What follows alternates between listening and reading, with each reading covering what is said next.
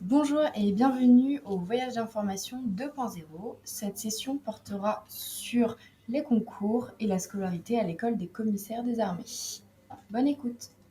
Alors, voilà, donc simplement pour introduire cette session, donc je voulais vous remercier à toutes et à tous d'être présents ce soir avec nous et de suivre cette petite session d'une heure qui vous sera très certainement utile. Je voulais également remercier donc nos intervenants. Donc notamment le commissaire en chef Hélène qui vous présentera voilà, toute la partie concours pour devenir commissaire des armées, donc le concours sur titre et le concours sur épreuve. Alors, à titre d'information, donc le commissaire en chef de deuxième classe, donc c'est l'équivalent de lieutenant-colonel. Voilà, peut-être que ça vous parle un peu plus. Je voulais également remercier le commissaire principal Claire, donc commissaire principal qui est l'équivalent de commandant, qui va nous présenter donc toute la partie scolarité à l'école des commissaires des armées. Je voulais également remercier les commissaires, donc le commissaire de deuxième classe Alexis, qui a été élève pendant 2 ans à l'école des commissaires des armées, qui est de la promotion 2018, commissaire de deuxième classe qui est équivalent lieutenant. Et je voulais remercier donc les commissaires aspirants Émilie et Brieux qui ont passé le concours l'année dernière et qui sont actuellement en première année de formation à l'école. Je vais faire un rapide rappel contextuel par rapport donc au commissariat des armées. Alors, c'est un service interarmées qui soutient au quotidien les armées, que ce soit sur le territoire national ou en opération extérieure. Donc, ça va être du soutien en termes juridiques, en termes administratifs, en termes logistiques, dans les filières également des achats et des finances.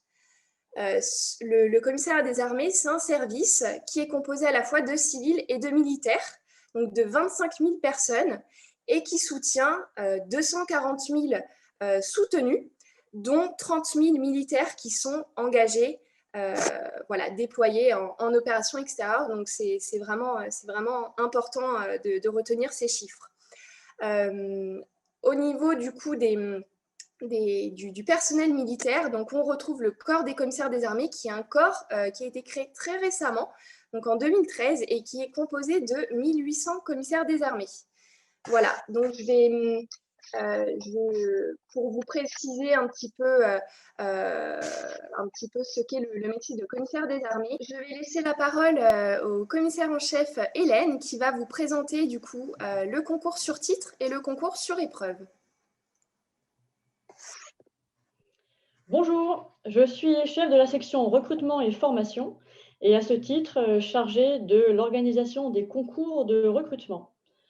Je vais vous présenter donc en quelques minutes les concours de recrutement qui s'adressent aux étudiants de l'enseignement supérieur, à savoir les 2 concours externes, l'un sur épreuve, l'autre sur titre. J'appelle tout de suite votre attention sur les dates limites d'inscription qui sont proches, le 10 février pour le concours sur épreuve et le 25 février pour le concours sur titre. Le concours sur épreuve, tout d'abord, s'adresse à des étudiants de 26 ans maximum au 1er janvier de cette année, qui soient titulaires d'un diplôme niveau Bac+3 ou en cours d'obtention de ce diplôme. Le concours sur titre, et lui, s'adresse à des étudiants qui ont 27 ans maximum au 1er janvier de cette année et titulaires d'un diplôme Bac+5. Je vais d'abord vous présenter le concours sur épreuve. En préambule, je vous invite à regarder sur notre site toutes les aides méthodologiques et conseils qui sont à votre disposition, les rapports du jury, les annales, les meilleures copies. Vous avez à votre disposition un ensemble d'outils qui vous permettront d'appréhender le mieux possible ce concours. Tout d'abord, il y a une phase d'admissibilité. La phase d'admissibilité, ce sont 3 épreuves écrites. La première est une épreuve de culture générale. C'est un sujet sur l'évolution générale des idées et faits politiques, économiques et sociaux depuis le début du XXe siècle. Cette épreuve sollicite certes des connaissances et des références, mais fait surtout appel à votre capacité de réflexion pour définir les enjeux d'un sujet, le problématiser, construire un plan convaincant et une argumentation étayée. Pour la note de synthèse, cette épreuve est technique. Elle permet d'évaluer les qualités de rédaction, d'analyse et de synthèse, ainsi que la capacité à dégager des solutions appropriées qui vous sont demandées. L'entraînement à cette épreuve est nécessaire pour se familiariser avec la méthode.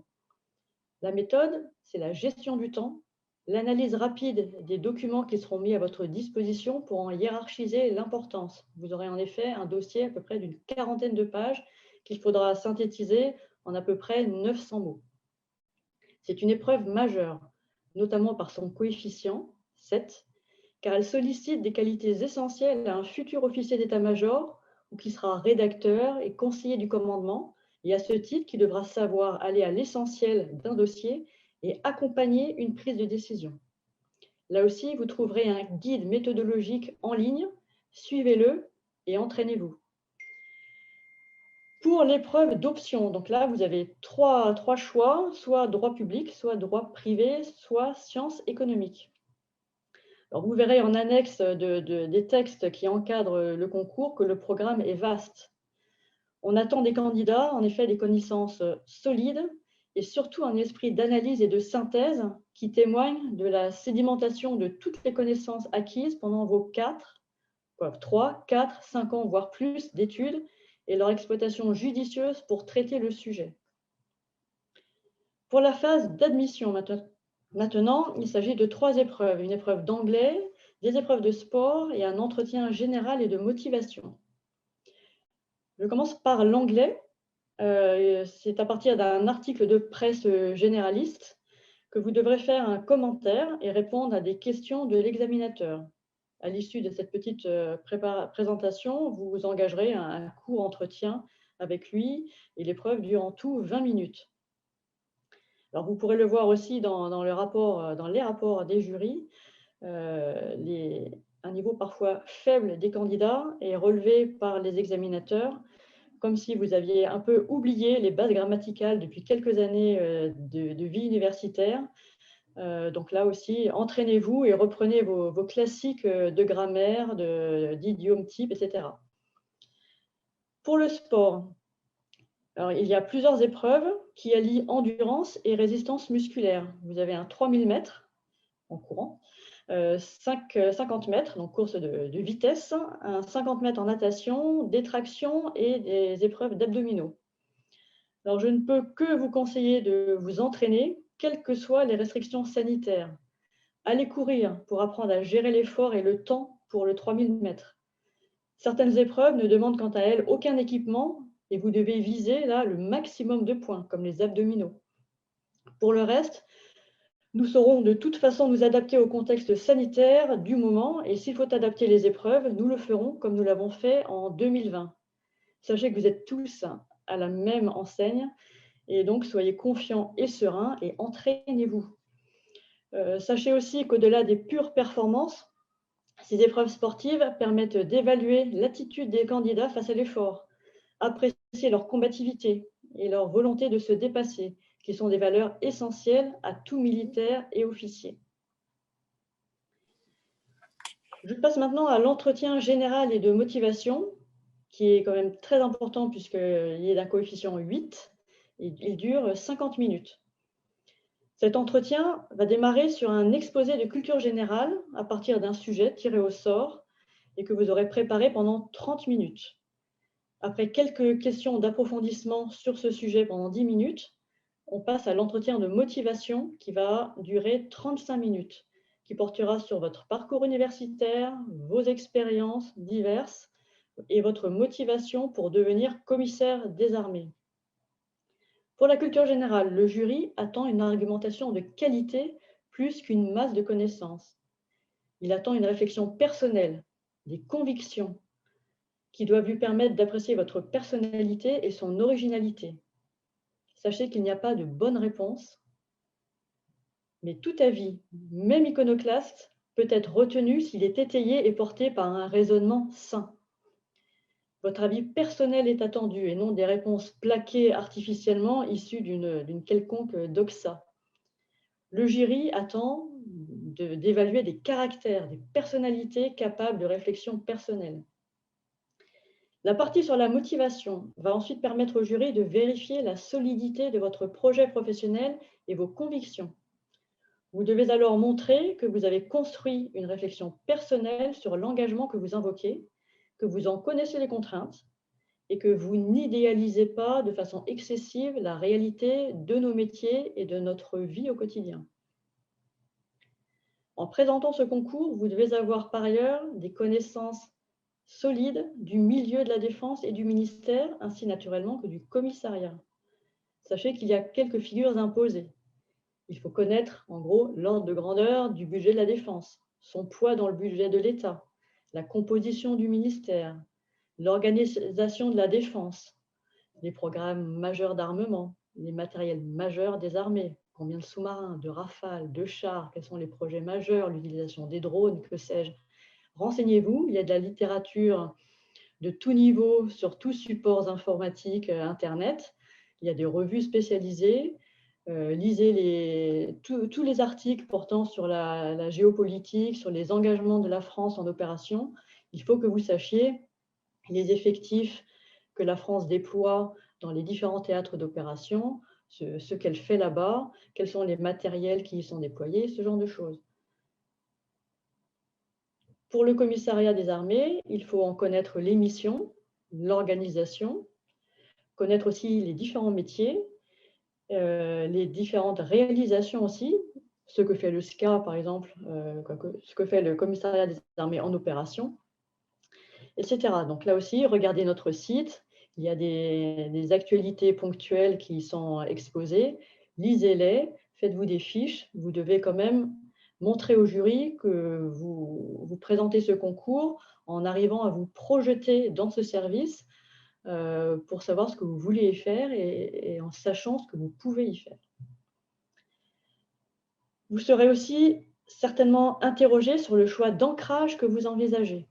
Donc là aussi, sachez en préciser les particularités et exposer les raisons de votre choix.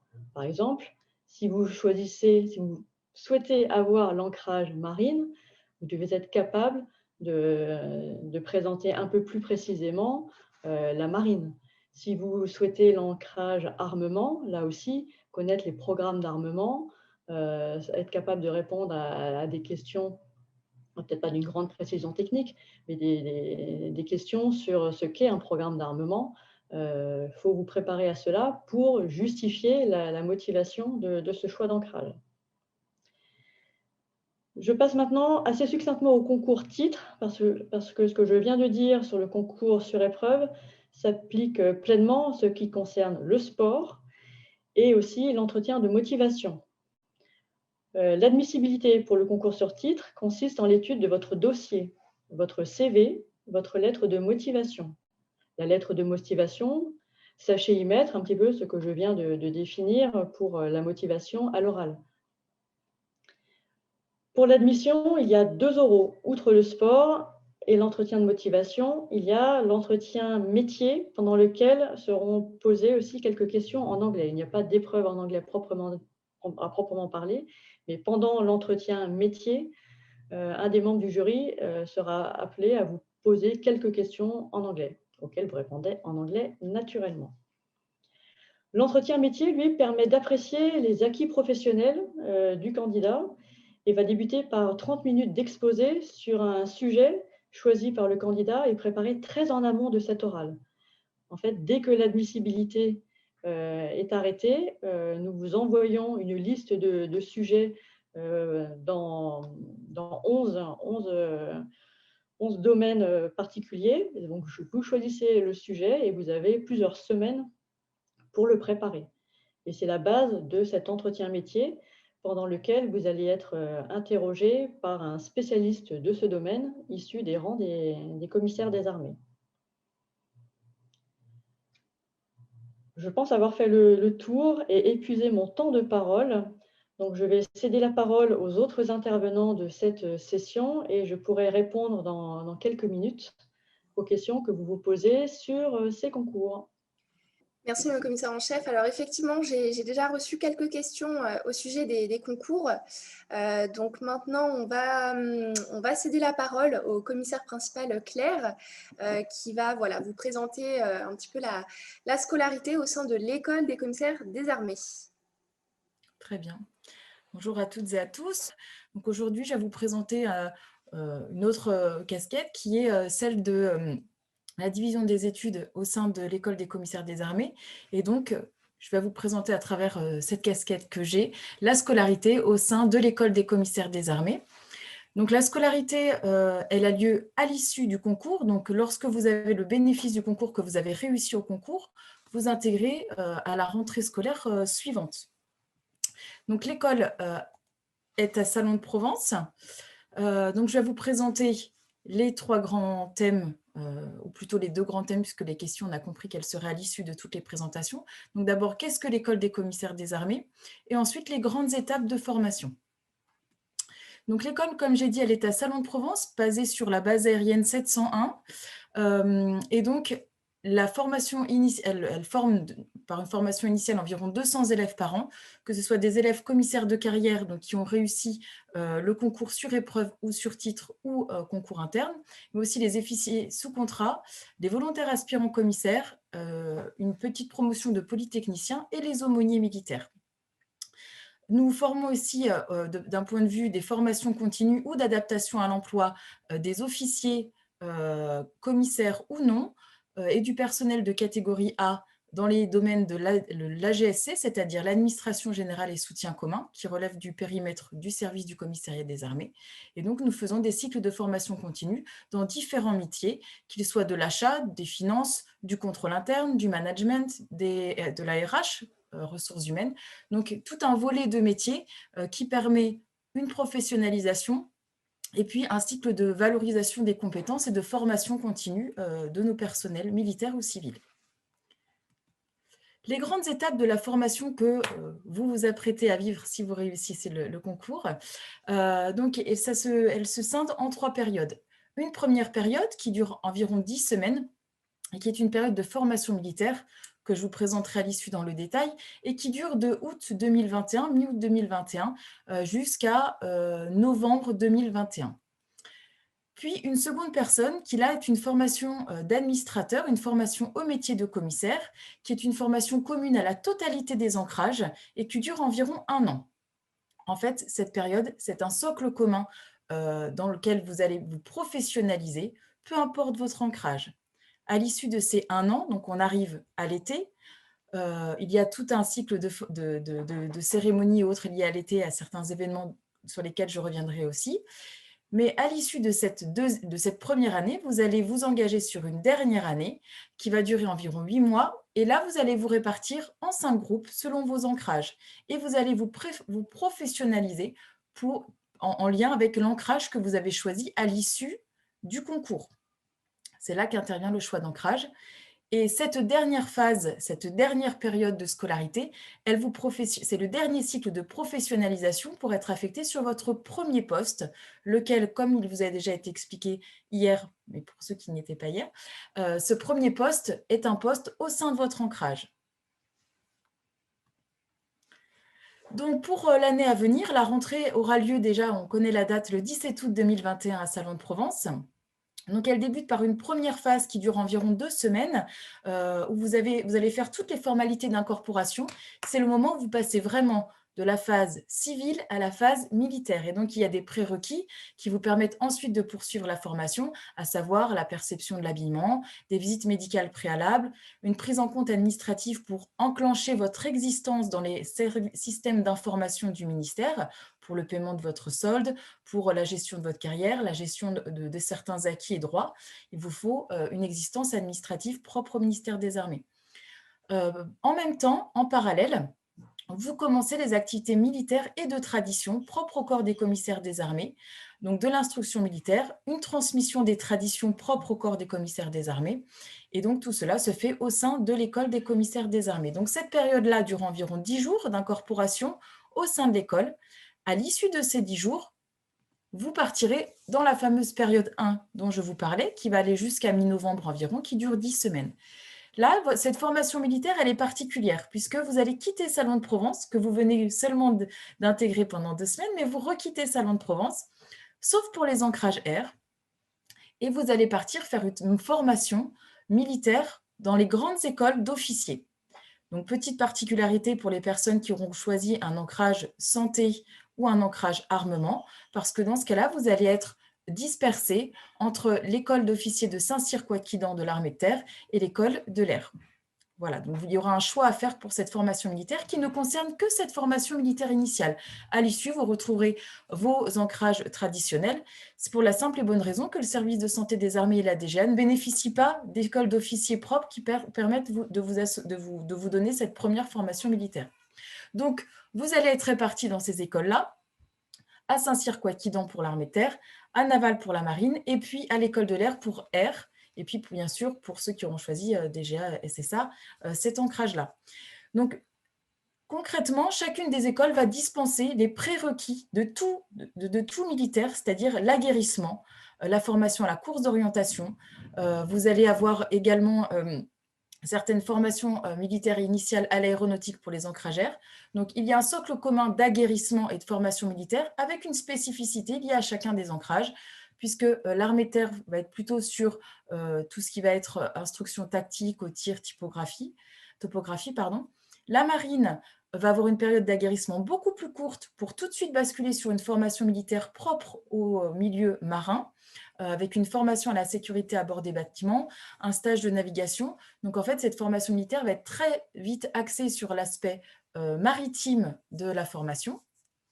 Et puis pour la formation air, vous allez rester à l'école de l'air sur la base aérienne de Salon et vous allez intégrer une brigade de l'école de l'air, qui est l'école qui forme les officiers de l'armée de l'air, que ce soit personnel navigant ou non, et vous allez donc faire la même formation que tous les autres officiers de l'armée de l'air. Et vous allez bénéficier de leur tradition également, d'accord? Avec un dernier stage d'instruction au combat qui a lieu dans les Hautes-Alpes à Ancel. À l'issue de cette formation, tout le monde quitte ses écoles d'officiers d'armée et réintègre l'école des commissaires des armées, donc vers mi-novembre, et retourne à l'ECA pour la deuxième période qui va durer 12 mois. Donc là, comme je le disais, elle est dissociée en plusieurs unités d'enseignement, ce qu'on appelle des UE. On va vous apprendre chacun des métiers du métier de commissaire, chacune des compétences que vous devez avoir.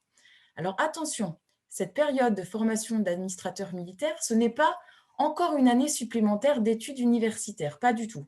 On est là pour vous apprendre des connaissances de base en savoir-faire et en savoir-être qui vous permettront d'accéder à votre futur emploi de commissaire. Ce sont vraiment des unités d'enseignement professionnalisantes.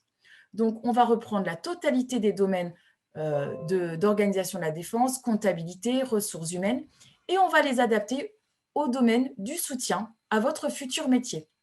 Le but, c'est de vous former pour votre futur emploi. On estime que votre réussite au concours ou à une épreuve de sélection valide vos compétences à pouvoir suivre ces unités d'enseignement. Et ces 12 mois vous permettent d'être professionnalisé, d'avoir ce socle commun nécessaire à chaque commissaire. OK ? Peu importe l'ancrage. Donc, il y a un déroulement qui se fait au sein de l'ECA. Tous les cours sont donnés, ou la grande partie des cours sont donnés au sein de l'école des commissaires à Salon de Provence. Donc, ces 12 mois restent concrètement beaucoup plus calmes en termes de déplacement. Ils peuvent être entrecoupés de périodes de formation militaire pour garder un petit peu la main et puis les prérequis et les savoir-faire en termes d'aguerrissement. Mais sinon, ce sont plutôt des enseignements académiques. Il y a des périodes de stage liées à chaque unité d'enseignement avec des exercices de mise en pratique dont vous voyez les noms en dessous, Pluton, Hermès, RH Management, pour valoriser le côté pratique et professionnalisant de la formation. À l'issue de ces 12 mois, vous allez donc partir en stage, je l'ai dit. Il y a aussi des stages dans des groupements de soutien, donc c'est-à-dire des unités militaires qui vous permettent de mettre en application les enseignements que vous avez eus pendant ces 12 mois. Vous avez aussi des stages en entreprise, puisque dans certains métiers, notamment achat, finance, mais aussi management, on va s'imprégner de savoir-faire du domaine privé. Et puis aussi parce que certains métiers, notamment des métiers comme l'acheteur ou autres, vont travailler directement avec la sphère privée. Donc, il faut connaître aussi le fonctionnement des entreprises. Vous aurez aussi un séminaire de droit des conflits armés pour le côté LEGAD, donc c'est un séminaire assez dimensionnant, qui là aussi est nécessaire à votre futur métier, et un séminaire interarmé des grandes écoles militaires, qui là va regrouper toutes les écoles militaires, et qui est en fait une semaine de conférences sur des problématiques liées au ministère des Armées, que chaque officier se doit de connaître pour être un bon militaire et intégré au sein de la totalité de son environnement militaire. Bien sûr, en étant tous réunis à Salon de Provence pendant 12 mois, vous allez avoir une vraie vie de promotion. C'est-à-dire que vous allez être tous ensemble dans une vie de promotion dans laquelle on va vous transférer des connaissances, des traditions également. Et vous allez, à ce titre, participer à des éléments phares de la scolarité, comme n'importe quelle école d'officiers, à savoir un baptême de promotion, le défilé sur les Champs-Élysées au 14 juillet, un gala de promotion, des événements sportifs qui rassemblent certaines écoles militaires françaises bien sûr, mais également européennes et étrangères. Des projets promotion dimensionnants qui vont permettre de mettre en application certains savoir-faire et certaines de vos qualités humaines intrinsèques en fait, en dehors des enseignements académiques qui vous sont donnés. Et puis, à l'issue de ces 12 mois, un voyage de promotion qui vient terminer ces 12 mois ensemble. À l'issue du voyage de promotion, vous partez, vous retournez chacun dans vos ancrages et là, chacune des formations est vraiment spécialisée pendant 8 mois dans l'ancrage correspondant pour finir cette professionnalisation vers votre premier poste. Donc pour l'armée de terre, vous allez avoir des formations du combattant, vraiment axées sur le terrain, de la tactique, de la topographie, une formation métier avec des gestions des budgets, conseils juridiques, préparation au rôle de chef de section avec vraiment axé sur l'armée de terre et une période de stage de 3 mois. Pour la marine, c'est différent. Là aussi, vous allez être formé aux fondamentaux de métier, mais les métiers de la marine sont particuliers puisque vous allez passer des formations de chef de quart, des formations en termes de sécurité, des formations de navigation, puisque un commissaire de la marine est, dans son premier poste, embarqué et donc, à ce titre, doit avoir certaines compétences au même titre que tous les officiers de la marine. À l'issue, vous partez dans une mission de 5 mois, ce qu'on appelle la mission Jeanne d'Arc, où c'est une mission d'embarquement en mer, où là, vous mettez en place et vous restituez la totalité de vos connaissances que vous avez acquis pendant les 12 mois de formation administrative et puis les mois de formation spécifiques. Dans l'armée de l'air, un petit peu la même chose, vous êtes recentré sur les fondamentaux des métiers du droit aérien et de l'espace, donc on se recentre sur les budgets liés à l'armée de l'air et de l'espace, à la RH liée à ce domaine-là, des formations aussi en droit aérien et avec des formations aéronautiques et des stages en escadron pour vraiment vous imprégner de l'environnement que vous allez soutenir, avec lequel vous allez travailler.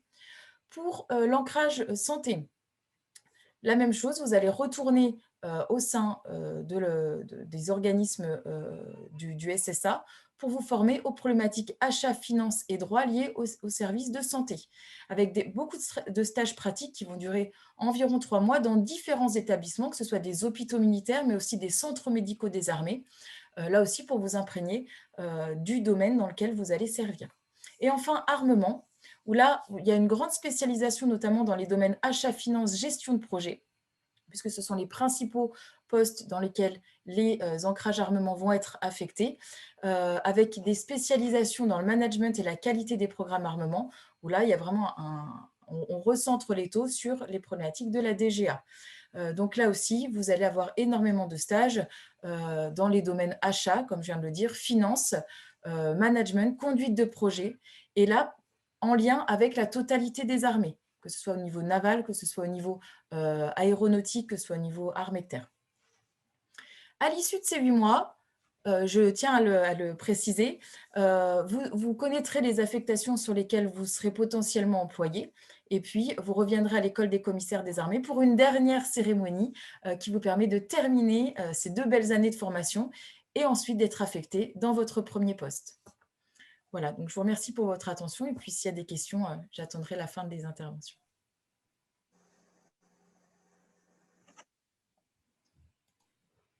Merci, commissaire principal, pour votre présentation. Alors, on va passer maintenant au témoignage du commissaire Alexis. Donc, pour rappel, Le commissaire Alexis a été en formation pendant 2 ans à l'école.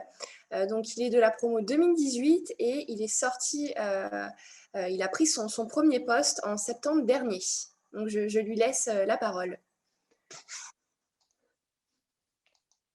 Alors, bonsoir à tous. J'espère que vous voyez tous ma présentation. Donc, je suis le commissaire de deuxième classe, Alexis. Je vais revenir rapidement sur mon parcours et puis je vais vous détailler les différents points qui sont sur la slide pendant le temps qui m'est imparti. Donc, concernant mon parcours, rapidement, je suis issu de la faculté de droit où j'ai étudié principalement le droit public, les finances publiques. Intéressé par les finances publiques, j'ai préparé les concours de la fonction publique, donc des concours des IRA, d'attaché territorial, de l'INET, à l'IEP de Bordeaux, avant de passer le concours des commissaires des armées, donc en 2018. Donc le concours externe sur épreuve. Donc j'ai eu le plaisir de faire 2 ans de formation à l'école des commissaires des armées. Rapidement, sur ce qui m'a beaucoup plu pendant cette formation, donc déjà, il y a eu la vie de promotion. Donc la commissaire principale Claire vous a déjà un peu parlé de ça.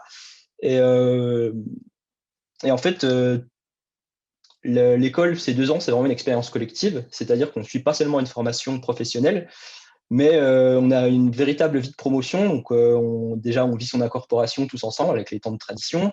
Ensuite, il y a un baptême et puis ensuite l'organisation de différents événements qui permettent ensuite de mieux se connaître et ensuite de vivre des temps forts ensemble. Donc les temps les plus forts étant sans doute le gala et le 14 juillet. Et c'est des expériences qui sont très marquantes et dont je garde un excellent souvenir et qui font vraiment partie de l'école des commissaires. Et je crois que c'est vraiment un des points positifs de la formation. Et qui est important également pour l'assimilation de toutes les connaissances professionnelles. J'y reviendrai ensuite. Ensuite, un deuxième point qui m'a plu lors de la formation à l'école des commissaires, c'est la diversité à la fois des expériences et des enseignements. Donc, c'est tout d'abord des enseignements, c'est ce qui paraît le plus évident, puisque donc, vous voyez que les métiers des commissaires sont extrêmement variés et l'école des commissaires permet de toucher à tous ces métiers. Et donc, la formation est assez dense. Donc, ça, il faut bien avoir conscience. Hein. C'est 2 ans d'école donc, pendant lesquels il faut travailler quand même. Mais c'est assez intéressant puisque ça permet de toucher à plein de choses. On ne reste vraiment pas enfermé dans un seul domaine de spécialité. Et quel que soit le bagage qu'on a lorsqu'on arrive en école, on est amené à toucher à tout et tout est accessible. Donc forcément, il y a des choses qui sont plus faciles pour les uns que pour les autres. Mais globalement, la formation est quand même assez bien faite là-dessus. Et donc, ça rend les 2 ans intéressants. S'ajoute à cela, en plus, la diversité des expériences au-delà de la formation professionnelle de commissaire, la formation militaire. Vous l'avez vu, dans la période de formation 1 et 3, on est en école d'officier, enfin, dans la formation 1, en tout cas, tout le monde est en école d'officier, et ça permet vraiment de toucher à des choses qu'on n'aurait pas touchées par ailleurs. Et même si ça ne constitue pas forcément le cœur de métier du commissaire, c'est-à-dire le combat, la topographie, etc., c'est quand même quelque chose d'assez incroyable à vivre et qui permet de forger une personnalité et un savoir-être qui est très important dans l'armée. Donc ensuite, par rapport à ça, si j'ai un conseil pour réussir la scolarité, c'est justement de ne pas hésiter à s'investir dans sa formation, dans sa vie de promo et dans tout ce qui se passe pendant ces 2 ans.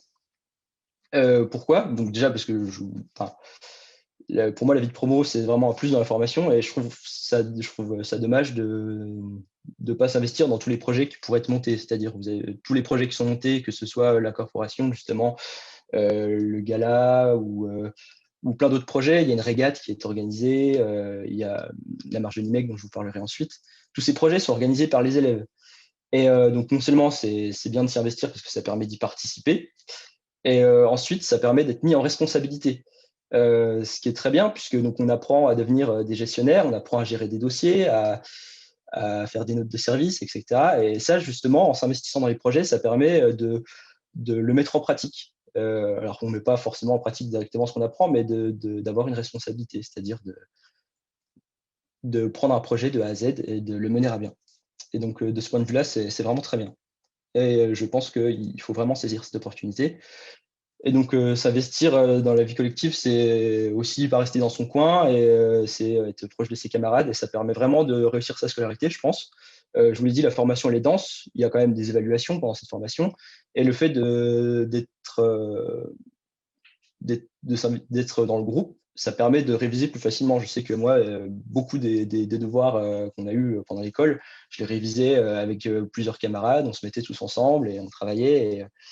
Donc, ça fait partie de la vie de promotion et c'est une manière de s'investir dans le groupe qui à la fois humainement est vraiment enrichissante et qui permet de mieux faire face au travail qu'on peut avoir pendant l'école.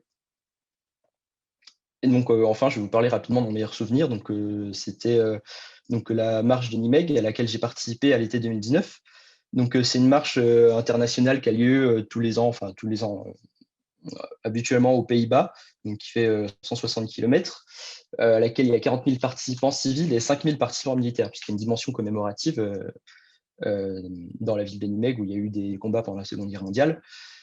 Et pour moi, pourquoi je parle de ce souvenir? Parce que déjà, donc, par rapport à ce que je vous disais juste avant, c'est un projet que j'ai contribué à organiser, c'est-à-dire inscrire la délégation à l'événement, rédiger les notes de service nécessaires pour pouvoir partir, trouver les moyens de transport, puisqu'on est parti à une délégation d'une dizaine d'élèves, donc on est parti en train, mais avec des prises en charge particulières pour les frais de déplacement. Donc tout ça, ça m'a permis à moi de me mettre en responsabilité et justement d'organiser quelque chose. Donc ce qui était très bien. Et l'événement lui-même, pour moi, ça reste un souvenir inoubliable puisque donc 160 km, c'est une expérience qui est très intense. Une fois qu'on arrive à la fin, on est vraiment épuisé, mais vraiment très heureux. Et j'en garde vraiment un excellent souvenir. Donc j'en ai terminé. Je suis prêt à répondre à vos questions à la fin. Et je cède la parole à l'intervenant suivant. Merci, monsieur le commissaire. Alors, on va céder la parole au commissaire aspirant Brieux, donc, qui est actuellement en première année de formation à l'école. Donc, je suis le commissaire aspirant Brieux. J'ai intégré l'école cette année. J'ai un parcours académique en école de commerce. J'étais en école de commerce, donc j'ai fait le concours sur titre. Auparavant, j'avais fait une licence de sciences politiques, donc j'avais déjà un peu des liens avec la fonction publique, mais je m'en étais un peu éloigné. Et j'ai décidé d'y revenir parce que il y avait plusieurs choses que je trouvais pas dans le secteur privé quand j'ai travaillé en césure. Et du coup, j'ai vu de la lumière. Je suis entré parce que ça réunissait plusieurs choses qui me plaisaient bien. Le fait de pouvoir faire du sport avec le travail, le fait de pouvoir servir aussi. J'avais des engagements associatifs. Et donc ça, c'est vraiment ce qui m'a attiré, ce qui m'a fait passer le concours. Après, sur le plus de la formation, je vais rejoindre le commissaire Alexis. C'est vraiment, voilà, le rythme est dense, mais c'est aussi ça qui est vraiment intéressant dans la formation. Parce que en fait, là, par exemple, ça fait 3 mois qu'on est revenu de nos formations d'ancrage. Et on a eu quelques semaines de cours, mais finalement, là, par exemple, depuis les vacances de Noël, on a eu nos 2 premières journées de cours hier et aujourd'hui. Auparavant, c'était de la formation plus militaire. On a eu des passages plus avec du sport. On a eu notre période d'ancrage avant qui était, selon les personnes, plus ou moins scolaire, mais plutôt quand même orientée vers le côté vraiment militaire. On va avoir des stages. Le premier est dans la semaine prochaine, donc on a tout le temps un rythme qui fait que ça change en permanence. Et donc c'est très chouette parce que ça nous permet de. Voilà, il n'y a pas vraiment de routine qui peut s'installer. On est en permanente adaptation, mais dans le sens positif du terme. Mon conseil pour une scolarité réussie, du coup, c'est exactement le même que celui du commissaire Alexis, c'est d'être acteur de son parcours. C'est-à-dire que voilà, c'est très bien, le parcours en lui-même est bien fait. Il y a des cours qui sont intéressants, mais faut pas s'en contenter. Et vraiment, j'en suis au début, mais pour l'instant, vraiment, de ce que je vois, c'est vraiment dans la vie de promotion, dans les différents projets. On apprend beaucoup dans la relation aussi qu'on a avec les autres membres de la promotion, leur façon de travailler.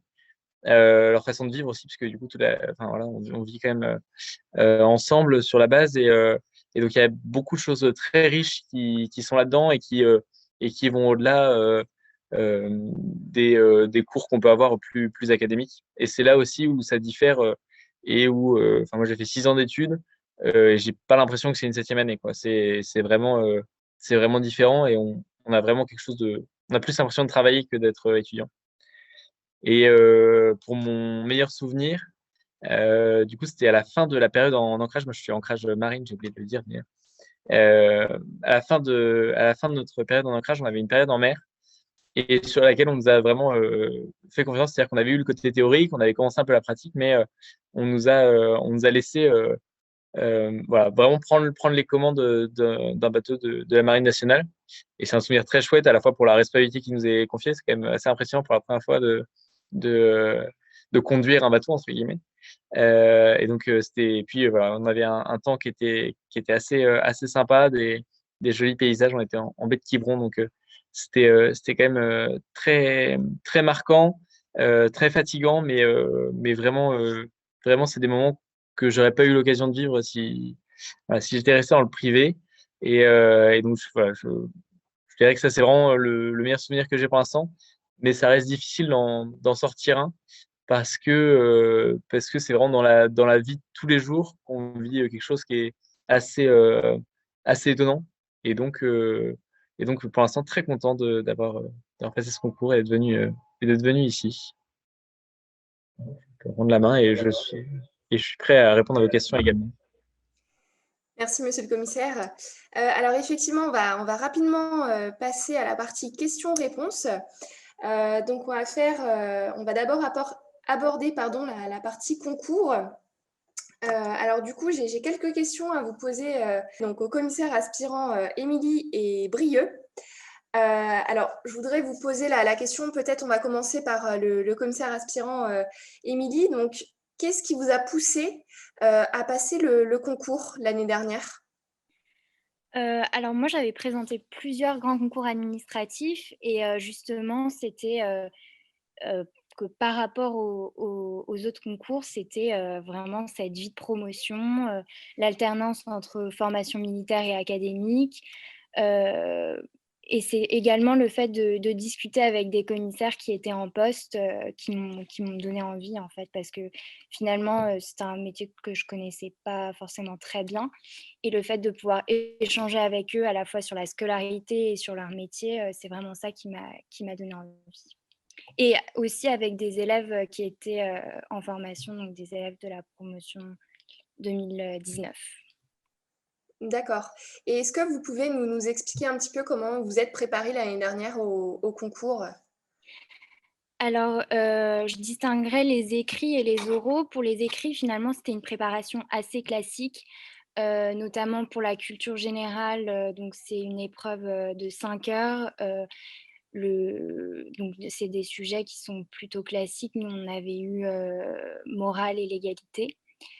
Euh, j'avais travaillé sur des ouvrages de culture générale. Je pourrais conseiller notamment l'ouvrage de Monsieur Cognez ou les ouvrages qui paraissent à la documentation française, éléments de culture générale. Ce qui m'avait beaucoup aidé aussi, c'était de lire les meilleures copies sur le site du SCA pour comprendre un peu ce qui est attendu. Parce que même si c'est une épreuve de culture générale classique type ENA, ENM, IRA, en lisant le rapport du jury, on se rend compte qu'il y a des attendus un peu plus spécifiques. Voilà, pour la note de synthèse, je m'étais entraînée tout simplement. Donc, meilleure copie, entraînement et rapport du jury. Et pour l'épreuve de spécialité, j'avais également regardé la meilleure copie. Vraiment, c'est quelque chose qui m'avait beaucoup aidée. Et pour l'épreuve donc, de spécialité, moi, j'avais passé en droit privé. Donc, ça concernait beaucoup de champs du droit privé. Donc, le sujet, c'était le couple en droit privé. Et vraiment, le conseil que je donnerais aux futurs candidats, c'est de ne pas se limiter à un champ du droit. Vraiment aborder le droit dans son ensemble. Donc, par exemple, le couple, on a tendance à le penser sous l'angle du droit civil. Et ce qui a fait que j'avais eu une bonne note, c'était le fait que j'avais abordé le couple sous l'angle également du droit pénal. Donc c'est vraiment ce que le jury attend, et je vous invite à consulter le rapport du jury. C'est vraiment avoir une hauteur de vue sur sa matière, donc que ce soit en droit, si vous choisissez le droit public, en droit privé ou en sciences économiques, c'est pas forcément être spécialiste d'un sujet et entrer trop dans les détails, mais montrer qu'on maîtrise la matière dans son ensemble et qu'on a une hauteur de vue et qu'on sait aussi comparer les différentes branches du droit, par exemple, si vous passez l'épreuve de droit. Donc là, finalement, c'est des écrits auxquels il faut se préparer, mais qu'on peut retrouver dans d'autres types de concours. En revanche, les oraux, là, il faut vraiment... ce qui m'avait aidé, c'était d'avoir une connaissance de l'intérieur du métier, et notamment en échangeant avec des commissaires en poste. Pour moi, c'est vraiment indispensable, en fait. Et j'avais remarqué que le jury avait beaucoup apprécié le fait de connaître le vocabulaire du commissariat. Il m'avait notamment conseillé de lire la revue Soutenir, donc je vous le conseille, pour un peu s'imprégner de cet environnement. Donc ça sera utile pour votre grand oral. Sinon, montrer... On n'a pas tous fait de la réserve, ce n'était pas mon cas, on ne vient pas tous d'une famille militaire, mais il faut être humble, et le jury ne vous en voudra pas du tout de ne pas connaître, de ne pas être militaire, parce que justement, vous entrez dans cette école pour le devenir. Donc, vous ne serez pas du tout sanctionné sur ce point. En revanche, il faut quand même savoir à quoi on s'attend. Et pour cela, vous avez des ambassadeurs. J'avais contacté des ambassadeurs par ancrage et qui vous aident également à faire votre choix d'ancrage, parce que selon l'ancrage, vous avez accès à des matières différentes, et chaque ancrage présente ses spécificités. Donc vraiment, je distinguerai l'écrit, qui est finalement plus académique, plus classique, qui se rapproche des grands concours administratifs, et l'oral, qui est très professionnel finalement, et où vous devez montrer que vous êtes renseigné sur le métier, que vous avez fait un vrai travail de recherche sur le commissariat, et que vous avez échangé avec des commissaires, et ça, c'est particulièrement apprécié. Pour l'anglais, également faire attention par rapport à ce qu'on peut connaître en faculté. Ce qui est apprécié, c'est vraiment de se mettre dans la peau d'un futur décideur public. Finalement, on ne doit plus voir un élève, mais on doit voir un professionnel. Donc, vous avez un texte qui vous est distribué, que vous devez analyser. Et ce qui est attendu de vous, c'est d'apporter un avis, de vous positionner, de faire preuve de maturité, et pas forcément rester dans les clous du texte et être scolaire, mais de montrer qu'on connaît les grands enjeux leaders, en fait. Pour le sport, je dirais simplement que les barèmes sont tout à fait faisables, et avec de l'entraînement, moi j'avais pu voir une grande marge de progression. Enfin, en vous y mettant rapidement, c'est tout à fait faisable. Il suffit d'être déterminé et motivé, mais c'est pas du tout impossible. Et au contraire, heureusement qu'il y a ces épreuves de sport, parce que vu le caractère de la scolarité par la suite, c'est assez révélateur finalement de ce qui vous attend ensuite. Merci, Voilà, Madame le si commissaire. Alors, effectivement, pour rappel, tout ce qui est rapport du jury, meilleure copie, annales, etc., donc tout est sur notre site internet. Et on a effectivement une rubrique ambassadeur où vous pouvez contacter des commissaires qui sont ambassadeurs. Comme l'a dit le commissaire aspirant Émilie, c'est très important d'échanger avec des commissaires en poste, voilà, pour vous donner un petit aperçu de ce que va ressembler votre avenir. Alors, je vais passer à la question suivante. Que je vais poser du coup au commissaire aspirant Brieux.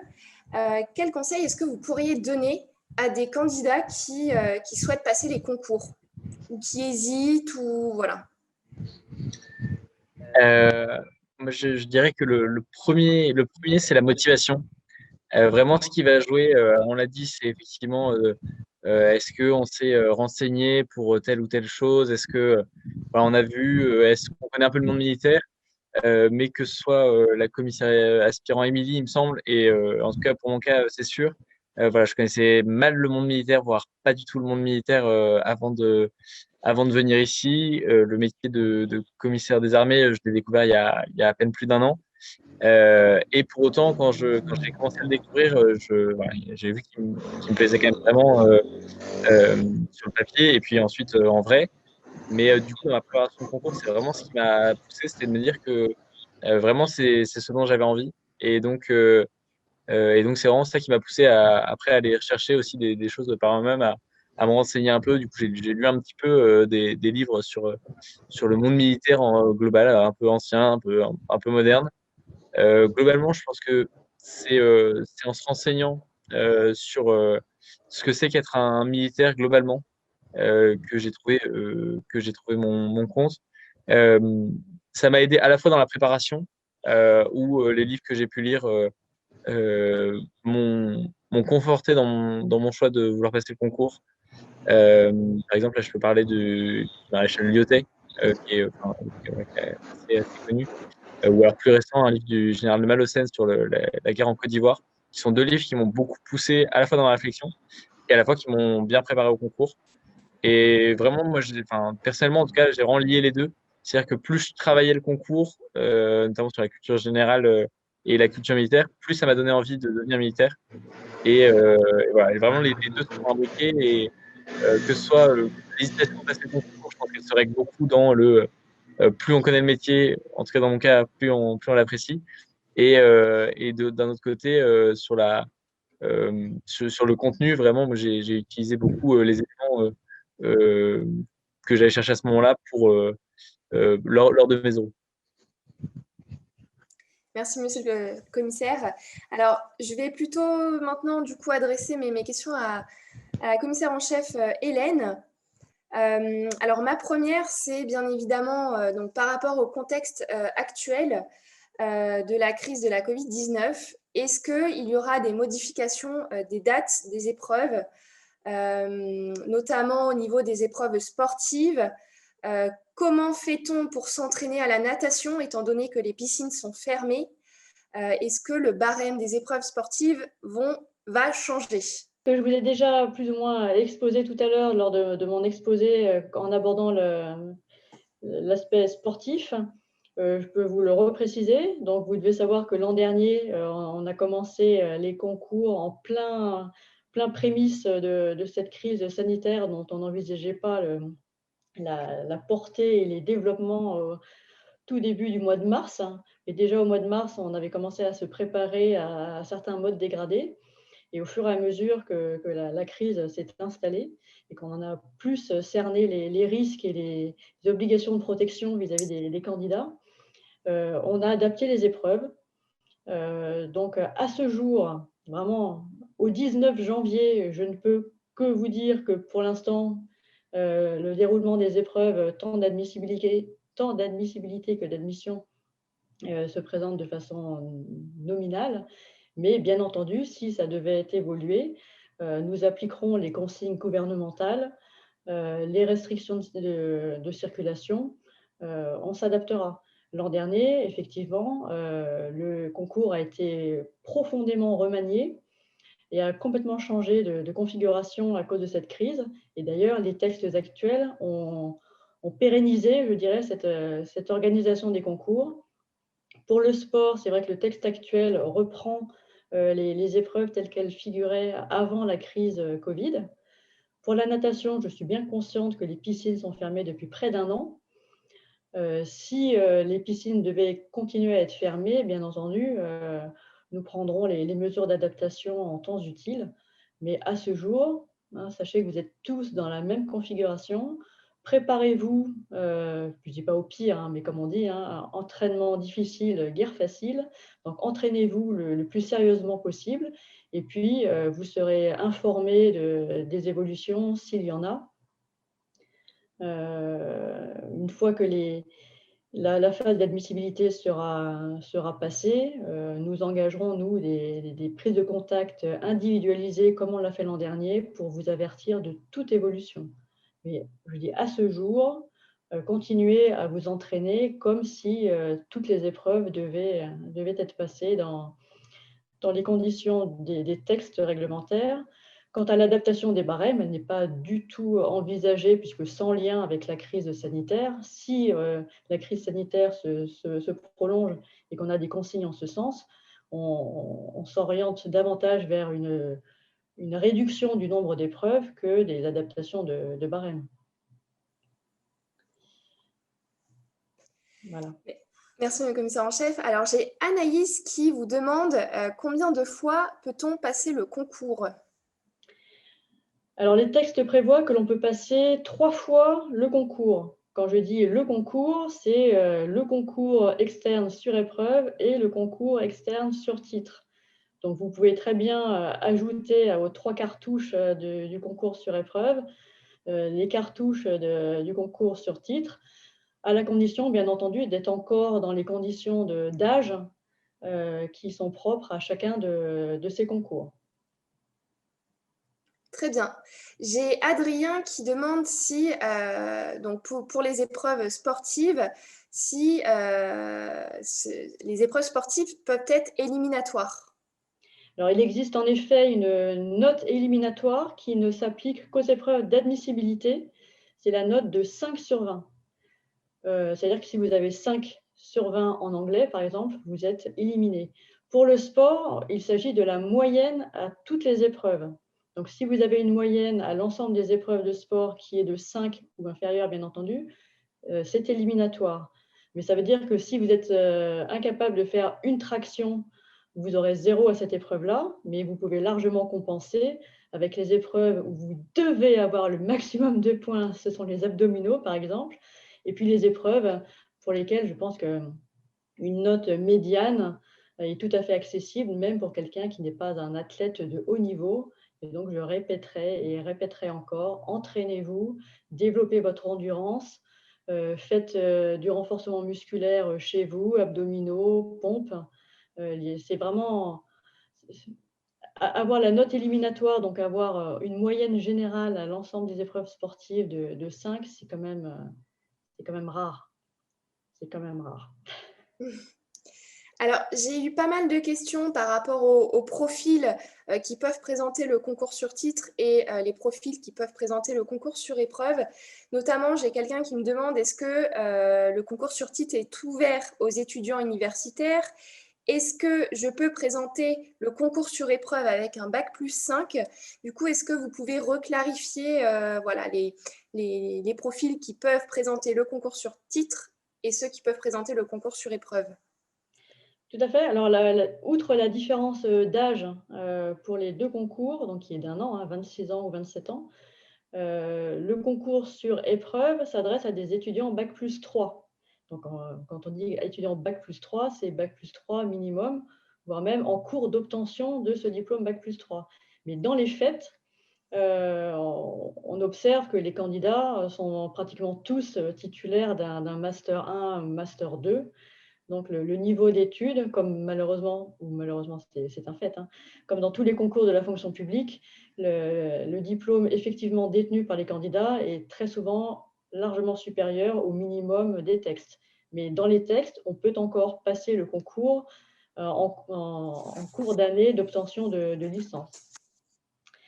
Quant à la nature de ce diplôme, donc vous avez pu voir parmi les témoignages qu'on avait un candidat qui était issu d'une école de commerce. L'autre commissaire était titulaire, je crois, d'un master de droit privé, il me semble. Donc c'est vrai que la majorité des étudiants sont quand même issus des universités de droit pour le concours externe sur épreuve. On a aussi beaucoup de candidats issus des instituts d'études politiques, mais on a aussi par ailleurs des candidats qui sont titulaires de diplômes beaucoup plus variés. On a même des historiens, on a des étudiants d'IAE, alors plus pour le concours titre, mais on a quand même une grande diversité d'origines universitaires.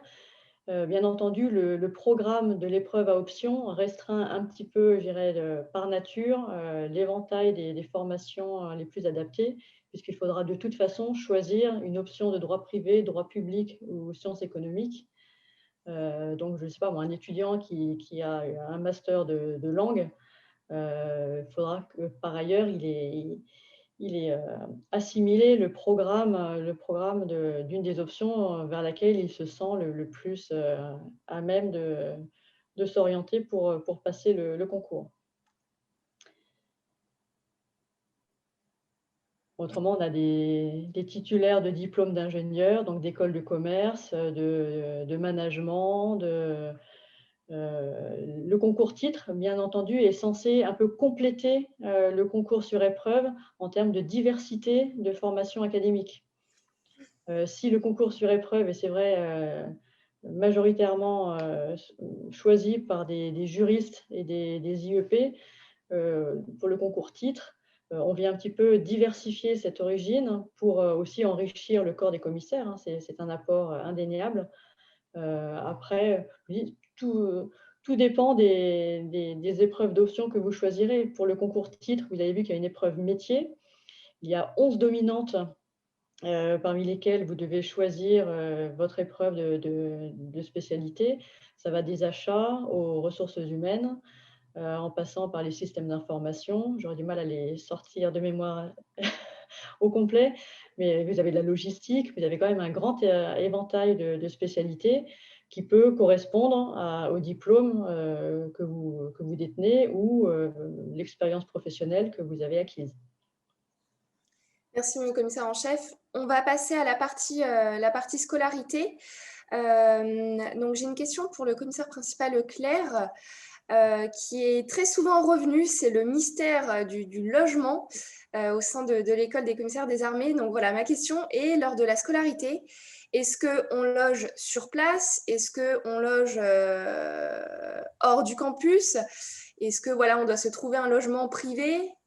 Voilà, je pense qu'il est nécessaire de répondre à cette question ce soir. Alors, pendant la première période qui est de la formation militaire, vous êtes au sein des écoles et disons que votre logement est géré pendant la formation militaire. Vous dormez sur les sites de campement et dans les écoles de formation d'officiers. Pendant la période 2, vous êtes en régime, vous êtes logé sur la base de Salon de Provence, dans des logements, dans des bâtiments d'hébergement, où sont actuellement d'ailleurs logés le commissaire aspirant Émilie et Brieux. Donc là, c'est un bâtiment qui est réservé à la totalité de la promotion. Ce sont des logements individuels, c'est-à-dire que ce sont des chambres individuelles avec lit et salle de bain privative. Par contre, ce ne sont pas des studios, donc la restauration se fait dans les restaurants administratifs qui sont présents sur la base aérienne. Donc le régime est quand même prévu, c'est-à-dire que ce sont des logements qui sont prévus dans votre statut, donc vous êtes logé à titre gratuit. Et pour des questions d'organisation, il est demandé à ce que le personnel, pendant la scolarité, reste sur le site, sauf cas particulier, il y a des contraintes familiales ou militaires au cas par cas. Voilà, mais le principe est celui-ci, logement pendant la période 2 de formation militaire sur Salon de Provence. Voilà.